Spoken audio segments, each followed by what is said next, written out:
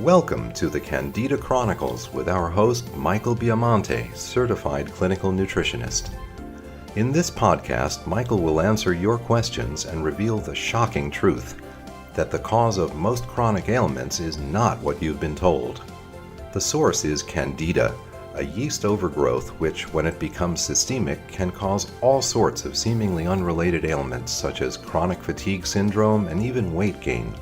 For more information on how Michael can help you, please visit healthtruth.com. That's health-truth.com, or phone his office at 212-587-2330.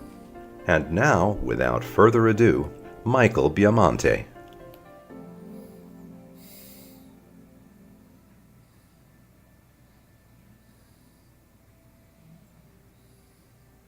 Welcome to another episode of the Candida Chronicles. This is Michael Biamonte, clinical nutritionist, and today we're going to be discussing how to eliminate Candida Part 2. In the last podcast, we covered various aspects of Candida elimination. We looked at the phases of the Biamonte method of Candida elimination, 0, 1, 2, 3, and 4. But today in How to Eliminate Candida Part 2, we're going to discuss some of the things that act as pitfalls that affect the unknowing practitioner and the unknowing patient in a little bit more detail, which interfere with Candida elimination. So I guess we could technically call this How to Eliminate Things that Interfere with Candida Elimination, if we wanted to.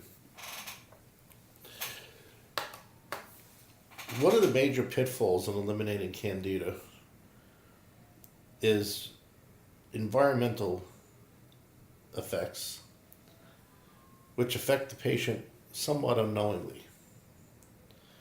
One of the key effects is stress.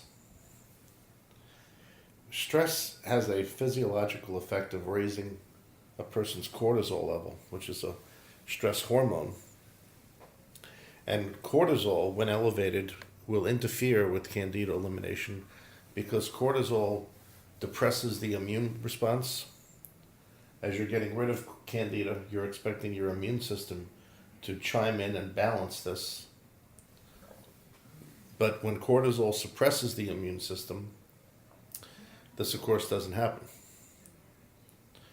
Cortisol suppresses thyroid function. It's virtually impossible to get rid of Candida if your body temperature is too low for various reasons. Amongst those reasons is in a lower body temperature, there are enzymatic reactions that occur between the antifungal drug and the Candida itself, which are failed when the temperature is too low. The thyroid also helps to regulate cortisol and regulate your immune system. So if your cortisol elevates, it's going to suppress thyroid function. Cortisol also raises blood sugar levels. It particularly elevates glucose level in the microcirculation, which are the tiny blood vessels. And of course, this is a problem because this will feed the Candida. So from a physiological standpoint, stress is bad for Candida because of the hormonal effect. You also have the personal effect that the stress has on the person, where the person who is under stress has a more difficult time in complying and sticking to a program because he's running around trying to deal with the different aspects of the stress he has. And from my experience over the years, in most cases, stress equals a person. If someone is intimately related to your patient who is causing stress. It could be a boss, it could be a partner, it could be a spouse, it could be a family member, it could be a very good friend. Someone is causing this person stress on a daily basis, and this stress disperses the patient. So the patient is not able to follow the treatment plan, essentially, because he's dispersed. If he's not able to identify the source of the stress, that's even worse, because that makes his environment look dangerous and he can't put his finger on where that's coming from. So when you have stress that's coming from a person in the patient's life, if the patient can identify that person as the source of the stress, he's in better shape because he's able to identify the source and perhaps deal with it to some degree head on. It doesn't mean that he still may not be dispersed and having to run around dealing with the repercussions of this stress or the relationship they have, but at least he knows it. When he's not able to identify the source of stress, this is far worse because it makes his environment appear dangerous and he can't put his finger on why. This tends to make him even more dispersed and less likely to follow the treatment plan correctly. Another aspect that you can find are the toxic metal issue. This is something we've touched on a few of the podcasts. Different toxic metals have different effects on the body as regards to Candida. In, I believe, the last podcast, I dispelled the Mercury Myth, which is where the mercury is thought of as being a natural defense, and Candida then becomes an aid to this system. As I said before, this is one of the wildest concepts I've ever heard, that the body produces Candida as a natural defense mechanism in having mercury, and the Candida is there to help you and be your friend. This is just unbelievable that practitioners who have some type of understanding in this area could come up with such a wild theory. When one understands mercury and its effect on the body, this theory is easily dispelled. Mercury immediately depresses the immune response in the intestinal tract. So, an effect of mercury in the intestines is to have Candida and other harmful organisms grow, because the fecal IgA levels will drop in the presence of mercury. Mercury also interferes with thyroid function, which would further complicate the Candida case. Copper, interesting element when it's elevated, has a similar effect as mercury, but copper has a more depressing effect on lymphatic circulation and on the production of lymphocytes in the lymph tissue, which again leads to a depressed immune system. Copper also directly suppresses thyroid function and adrenal function, which brings us back to the same story as we had earlier. Aluminum and bismuth are two interesting elements as they affect Candida. Aluminum and bismuth both alkalize the intestinal tract and the stomach. That's partially good if there's an excess acid situation, but if that's not the case, bismuth and aluminum will overly alkalize the intestinal tract and stomach, which then makes it easier for the Candida to grow, because Candida likes an alkaline environment in order to grow. Nickel and cadmium have the effect on zinc. Nickel and cadmium are major suppressants of zinc, and zinc, being a very important component to your immune system, suffers in the presence of nickel and cadmium. So this is one of the easiest ways to suppress your immune system, is become nickel or cadmium toxic and therefore lower your zinc levels, and you develop issues with Candida and other infections.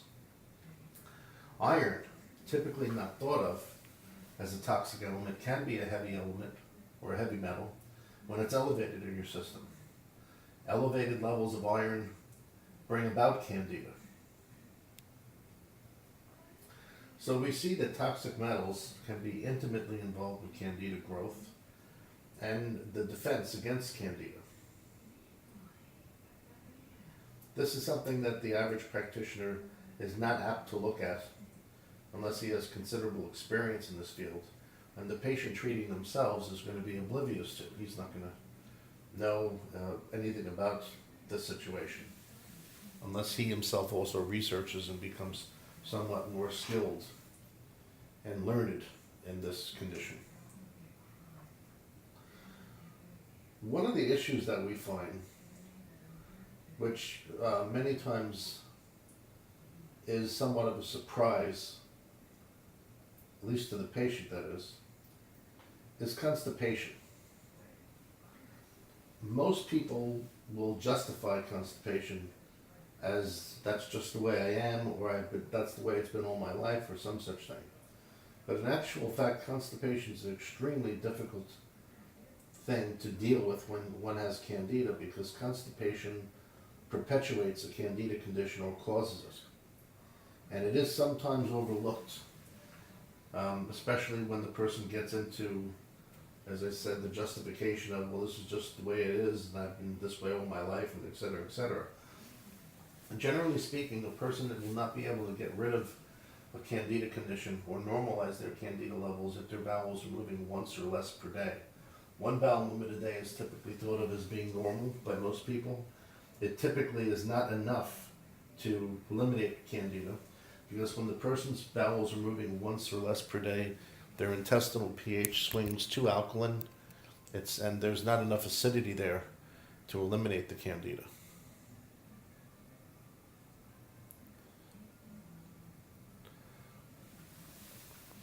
We often see this in many cases in dealing with candida, that you will get this overly alkaline condition also due to the microorganisms which tend to be present.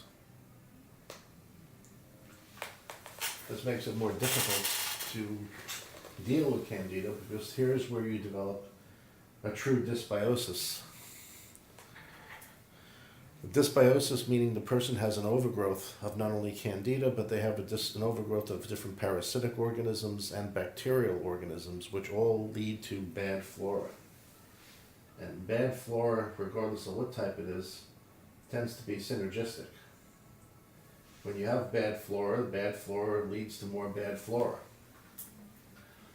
So normally, in the case where the person has bad flora, there are other organisms there that you're not suspecting to be there. And these other additional organisms can aggravate a candida situation. Two in particular that I'm going to mention today, because we've come across these recently in practice that are quite problematic, are H. pylori and another protozoa, which is called Blastocystis hominis. H. pylori, of course, is the bacteria which is known for causing gastric ulcers. We have found it in people with candida in some of the harder cases that we've had to deal with. For some reason, which I don't fully know myself at this point, I can only tell you this is what I've observed. Patients who have H. pylori and candida together are more difficult to deal with. They're difficult to treat, and the symptoms of candida that they have, for some reason, do not eliminate until both the H. pylori and candida together are both eliminated. I've seen cases where apparently the person's candida was eliminated, the H. pylori remained, and yet the person was still symptomatic of having candida. Very interesting, but true. Blastocystis hominis is a protozoa which back in the 80s was listed by the Centers of Disease Control as essentially being unknown in terms of its ability to cause disease. It was listed as a harmless parasite which the human body apparently lived with in an equitable fashion. It wasn't until later in the 80s that blastocystis was reclassified by the CDC as being a pathogen. To this day, the symptoms of blastocystis are difficult to understand because they vary person to person. The one common denominator that we see in all cases of blastocystis is that blastocystis has the ability to suppress the immune response in the intestinal tract. It itself is probably considered to be a weak parasite. I don't believe that blastocystis unto itself produces that many toxic effects in the intestines. What blastocystis does do, however, is weaken the immune response there to allow other microorganisms to become more active and to cause more trouble. So when someone has blastocystis, the symptoms that they suffer from are not necessarily from the blastocystis itself. These symptoms can be more from the effect of blastocystis on the environment, amplifying the effects of other microorganisms. So in other words, if you happen to have blastocystis and you have candida, the blastocystis will amplify the symptoms created by candida. If you have blastocystis and you have a bacteria like Klebsiella, which is known to create all types of autoimmune reactions, then the symptoms of the Klebsiella become amplified. It's a very difficult organism to get rid of. Blastocystis has a unique way that it sticks to the lining of the intestinal tract, making it quite difficult to get rid of. I designed a product a while ago that we use in our candida approach. It's called Candy Loosener. It's a play on words, meaning that the product loosens candida from the intestinal lining. Well, the original formulation was meant to be used against blastocystis, because blastocystis, in a very unique way, is able to stick to the lining of the gut and not let go. It makes eradication of it more difficult than most organisms. So I formulated the Candy Loosener product as a way to aid in the elimination of blastocystis. What I found was that when I combined all the ingredients together and the person took them, the blastocystis more easily was repelled off the lining of the intestinal tract. Since we had far more patients with candida, of course, we changed the name to Candy Loosener rather than Blastoloosener. But the concept remains the same. Very difficult to eliminate from the intestinal tract. The use of enzymes definitely helps. MSM sulfur definitely helps. It makes the blastocystis literally slip off the intestinal lining rather than being able to dig in. N-acetylglucosamine, not N-acetylcysteine. N-acetylglucosamine is a substance which also breaks the bonds that the blastocystis use to cling to the lining of the intestinal tract. And this combination of ingredients helps you eliminate the organism much easier. Even at that, it's still hard to eliminate. So it can be one of the hidden unknown items in the unknown arsenal that's coming against you in dealing with candida. Those two particular organisms, the H. pylori and blastocystis more than others, are very tricky in the candida patient. If you have a patient who has a history of blastocystis, you would certainly want to follow up to make sure it's gone, because my experience is in many cases when it's treated, neither the doctor nor the patient ever follows up to make sure it's been fully eliminated. And you often still find the blastocystis there creating trouble.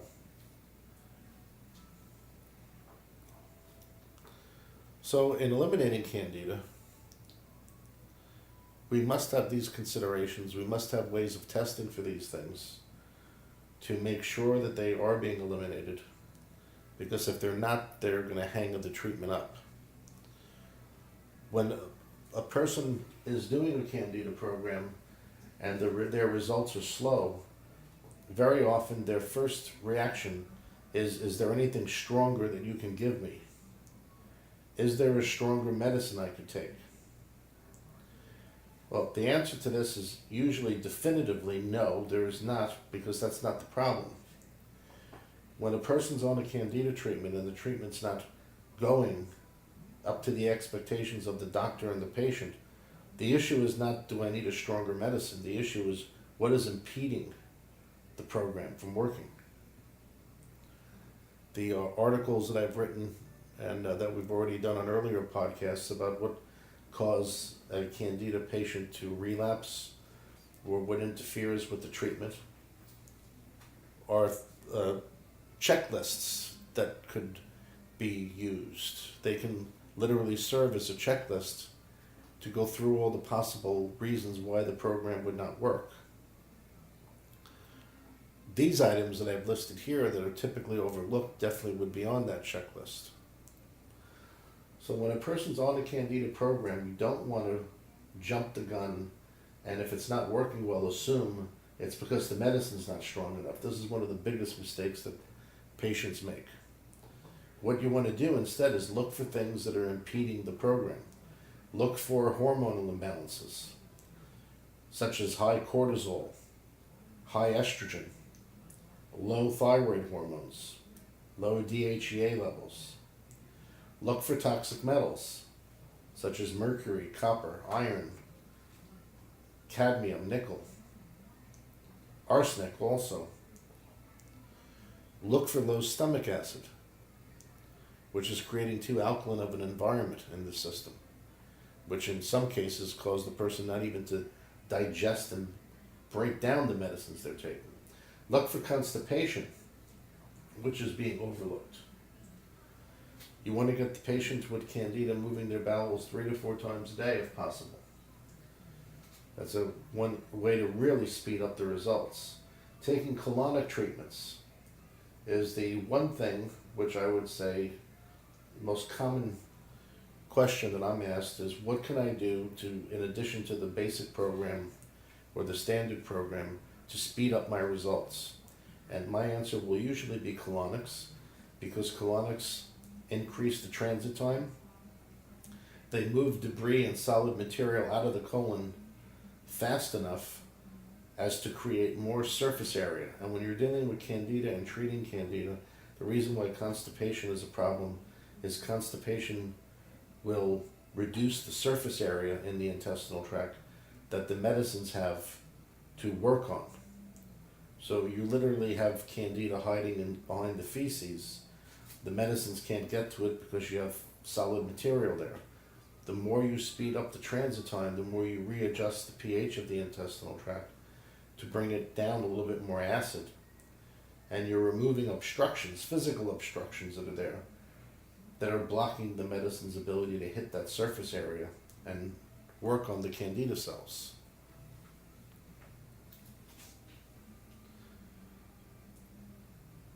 Other things one can look at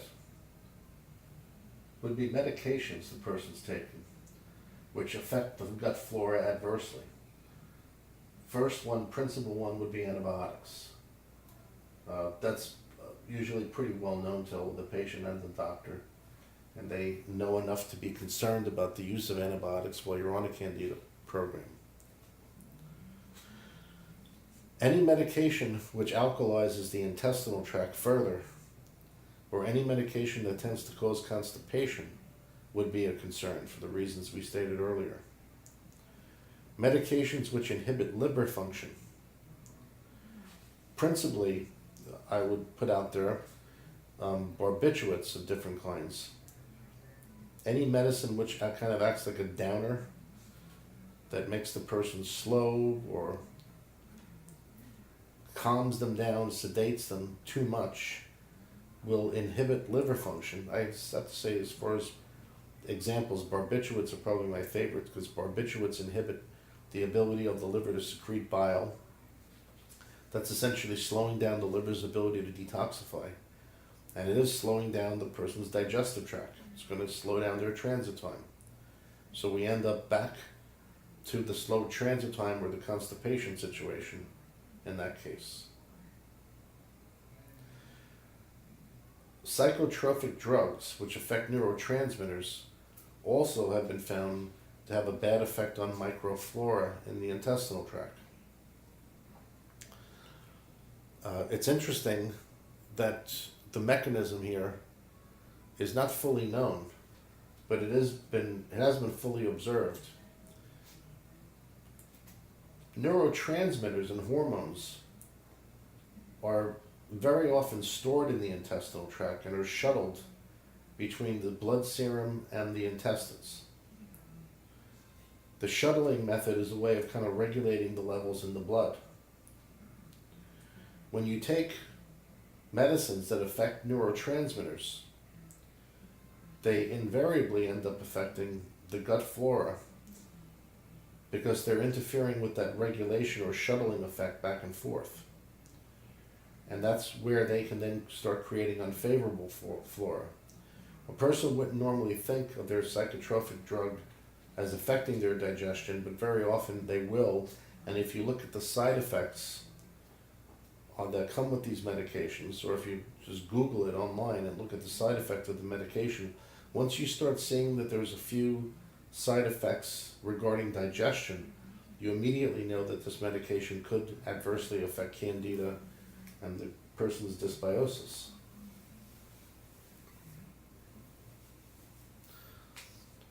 The fluid level the person has, or their hydration level, also affects this problem.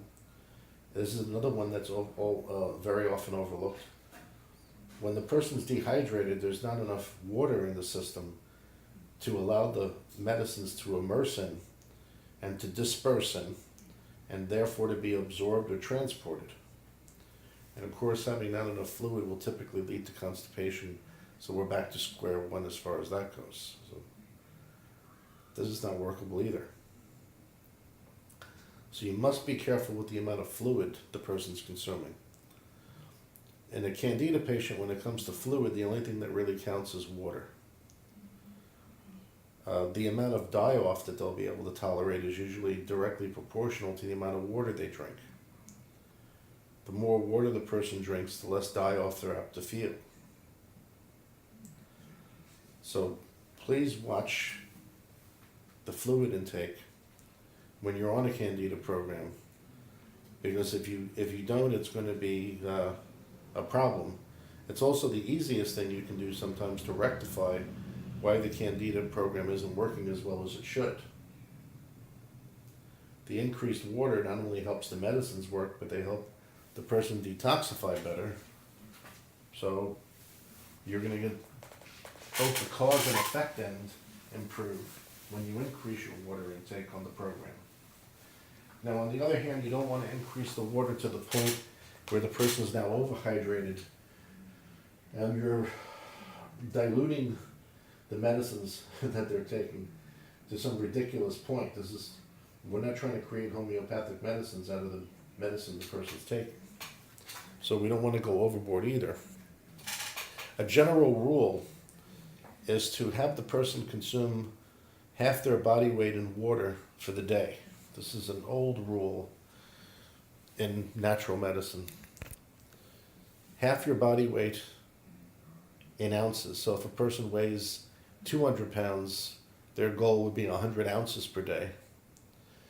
And what's even more important than this is that the person drink water every 30 minutes.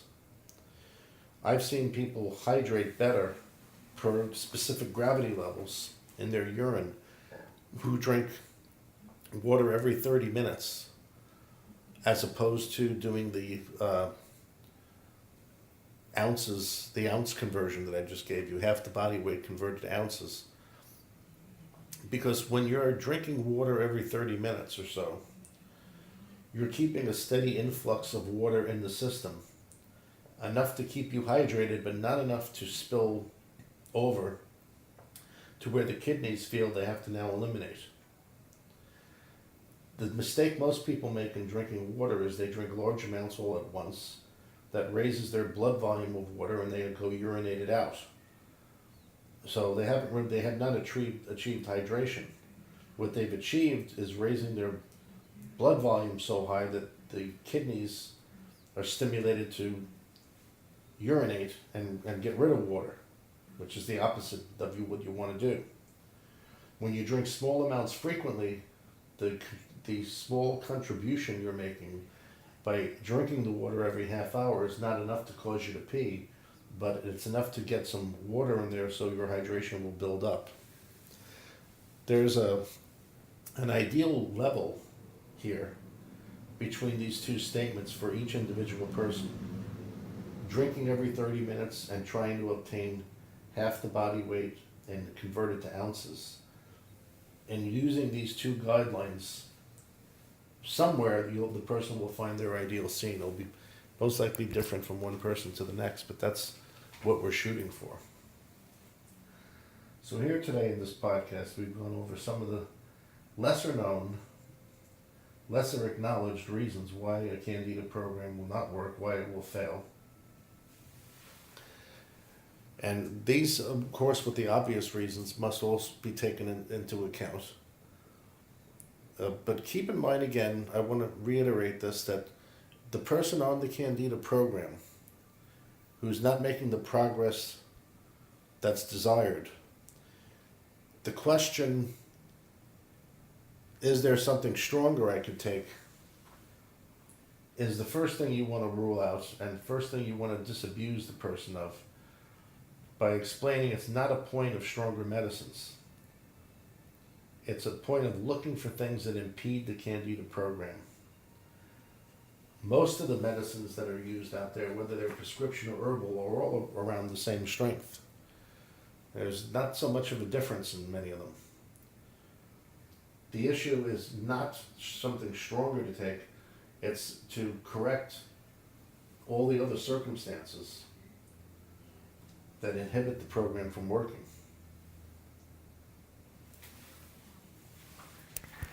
Well, I hope this has been of use to everyone out there. These are definitely things that you have to keep in mind when you're doing a Candida program, if you want it to succeed, especially. And tune in again tomorrow at 4 p.m. When we will go over more of the Candida Chronicles. Thank you. That's a wrap for this episode of the Candida Chronicles featuring Michael Biamonte, certified clinical nutritionist. Michael holds a doctorate of naturopathy and is a New York State certified clinical nutritionist. He is a professional member of the International and American Association of Clinical Nutritionists and of the American College of Nutrition, and he's a member of the Scientific Advisory Board for the Clinical Nutrition Certification Board. For more information on how Michael can help you, please visit healthtruth.com. That's health-truth.com, or phone his office at 212-587-2330.